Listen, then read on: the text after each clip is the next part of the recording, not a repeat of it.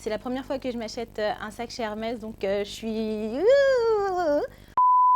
Coucou tout le monde, comme le titre de la vidéo l'indique, aujourd'hui on va parler sac à main, maroquinerie. Je viens de m'acheter un sac chez Hermès, je viens juste de l'acheter, là je rentre à la maison à peine, donc je me suis dit que ce serait sympa qu'on le déballe ensemble. Oh! Le sac est énorme, ouais, le sac il est énorme, il rentre même pas dans le cadre et la boîte est tellement lourde en fait que le sac shopping s'est déchiré. Je vais essayer de sortir la boîte sans tout casser, sans tout déchirer. Ah, faut que je me laisse, sinon j'y arriverai jamais. Hop là. Ça y est, j'ai sorti la boîte de son sac shopping, non sans mal. Je ne sais pas si vous c'est la même chose, mais souvent moi quand j'ai un emballage comme ça avec un neuneu, j'essaye d'enlever le neuneu sans avoir à le défaire. Je ne sais pas pourquoi, c'est une de mes marottes. Là je vais essayer de le faire, je ne sais pas si je vais réussir.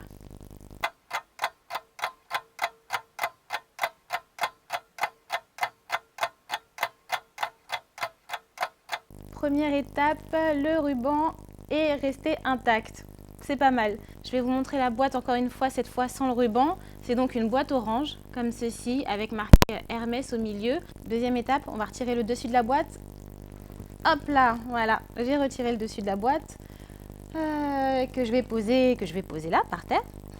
Et alors le sac est emballé dans du papier blanc. Comme ça, on est sûr au moins qu'il n'y ait pas de transfert de couleur. Hop. Je vais le poser sur mes genoux parce que là, ça va être un petit peu compliqué sinon.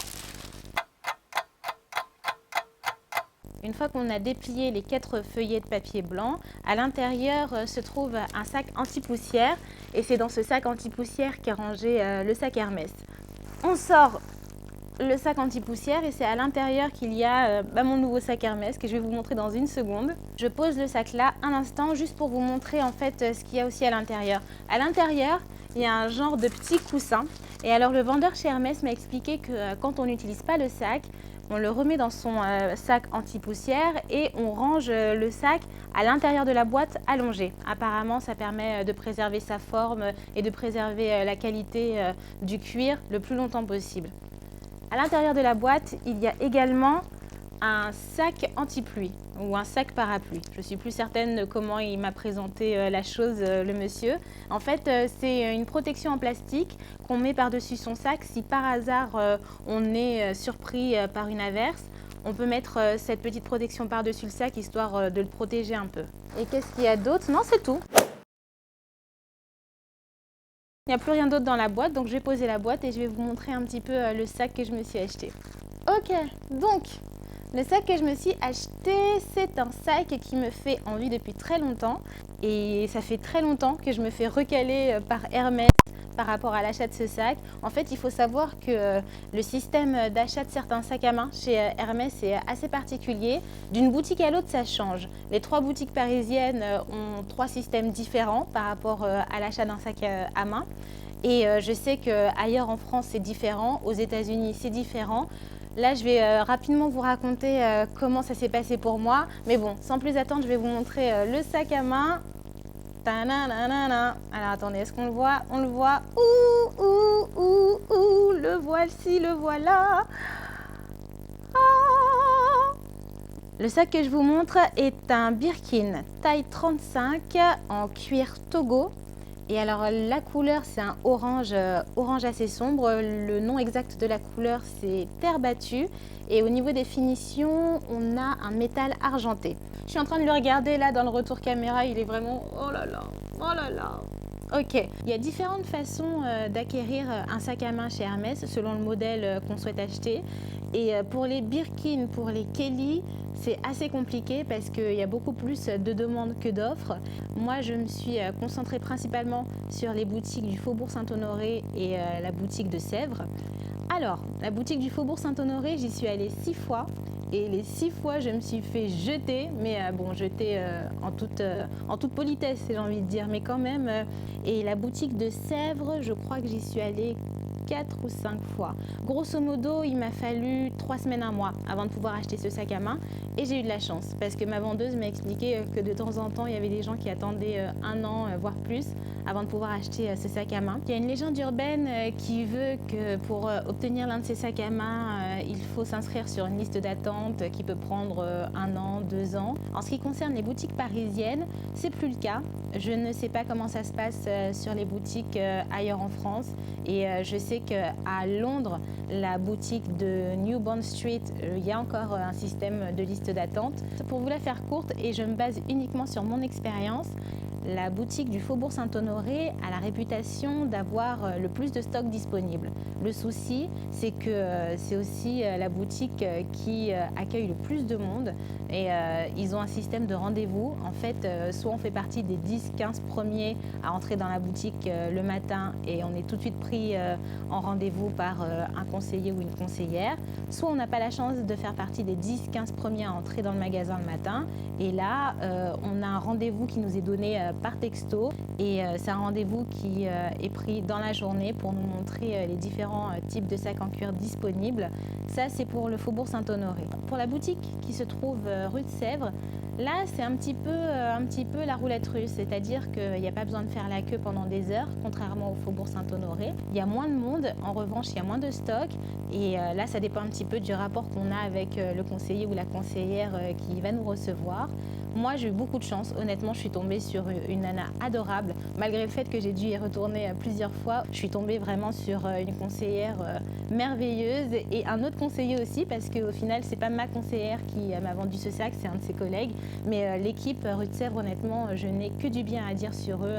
Vraiment, je n'irai d'ailleurs plus que dans cette boutique-là à partir de maintenant.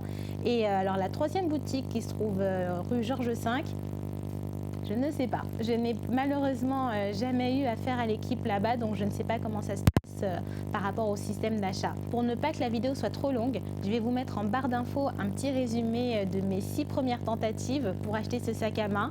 Comme ça, ça vous donnera peut-être une idée. Si par hasard vous êtes dans l'optique de vous aussi, vous achetez un sac à main en cuir de chez Hermès, ça vous donnera une petite idée de ce à quoi il faut vous attendre. Je vais le mettre là sur le côté, je vais vous déballer rapidement le sac, je vais vous montrer un petit peu comment j'ai l'intention de le porter.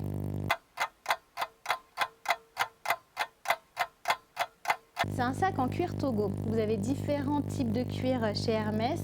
Je ne vais pas tous les citer parce qu'il y en a vraiment beaucoup. Les cuirs les plus répandus chez Hermès sont les cuirs Togo. C'est le sac que je suis en train de vous montrer qui est en Togo. Vous avez également un cuir Clémence qui est un petit peu plus lourd, un petit peu plus souple. Vous avez un cuir un peu plus léger qui s'appelle Epsom qui est extrêmement résistant. J'avoue que c'est le cuir sur lequel j'avais jeté mon dévolu à la base.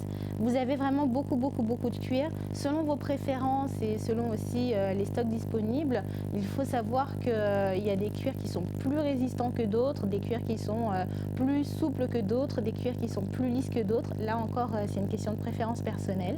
Alors, j'enlève la petite protection feutrée. Hop, je l'enlève. On dirait le masque, les masques dans les films d'horreur. Ouais, je sais pas, on dirait. Bon bref, n'importe quoi, Jen est en train de délirer. Pour vous faire un petit topo rapidement, les Birkin existent en 4 ou 5 tailles. Vous avez le 25, le 30, le 35, le 40. Et alors, il y a des 50 de temps en temps, mais c'est rare ici. Mais honnêtement, un Birkin en taille 50, c'est pas pratique. Mais à l'intérieur du sac, il est orange. Hein. Il n'y a pas grand-chose à dire. Il y a une première poche là, et il y en a une autre derrière qui est zippée. Le sac est protégé par 4 pieds, c'est pas mal, ça permet de s'assurer que le fond du sac ne sera pas sali.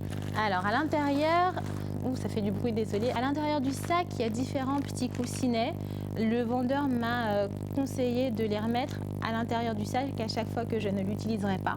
Le sac est également vendu avec une clochette. C'est une clochette en fait, vous avez un cadenas et à l'intérieur, vous avez un jeu de clés. Est-ce qu'on le voit? Je ne sais pas si on le voit, je vais essayer de le tirer. Hop là, voilà. Vous avez donc cette clochette qui protège le jeu de clés et au bout de la clochette, vous avez également un cadenas. C'est pour pouvoir fermer le sac à main. Alors en fait, on remet les 2 petites patouilles l'une sur l'autre et ensuite on ferme avec le cadenas. En revanche, on peut utiliser ce genre de clochette comme petite décoration, par exemple comme ça, et on laisse pendouiller sur le devant du sac. Ce sac à main vient avec un code d'identification qui est différent pour chaque sac.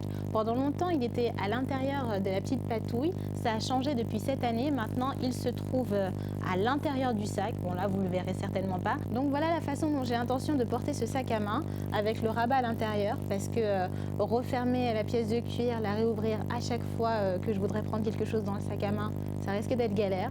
Je plaquerai le sac contre moi pour être sûr que personne n'essaye de mettre sa main, l'air de rien. Je me suis renseignée concernant les transferts de couleurs et le conseiller chez Hermès m'a expliqué que ça va dépendre des vêtements que je porte. Si par hasard je porte des vêtements très foncés et qui dégorgent facilement, il y aura transfert de couleurs. Donc ça va être à moi de faire vraiment attention à ce que je mets. Vu que je m'habille 95% du temps en noir ou en très foncé, il va falloir que je fasse attention. Mais je n'ai pas l'intention de laisser ce sac dans son emballage et ne jamais l'utiliser. Je suis trop contente de l'avoir, donc j'ai bien l'intention de l'utiliser. Je ferai attention, mais je vais l'utiliser. Je ne vais pas vous saouler plus longtemps avec mon sac à main, je vais jouer avec, je vais faire des selfies, je vais faire plein de choses avec. Il y aura une seconde vidéo qui viendra le présenter un peu plus en détail. Ce sera certainement un What's in my bag ou quelque chose dans le style. En attendant, mais je vous remercie d'avoir partagé cette ouverture, ce déballage de sac à main avec moi. Je vous souhaite une très bonne journée ou une bonne soirée, un bon week-end ou une bonne semaine et je vous dis à très vite.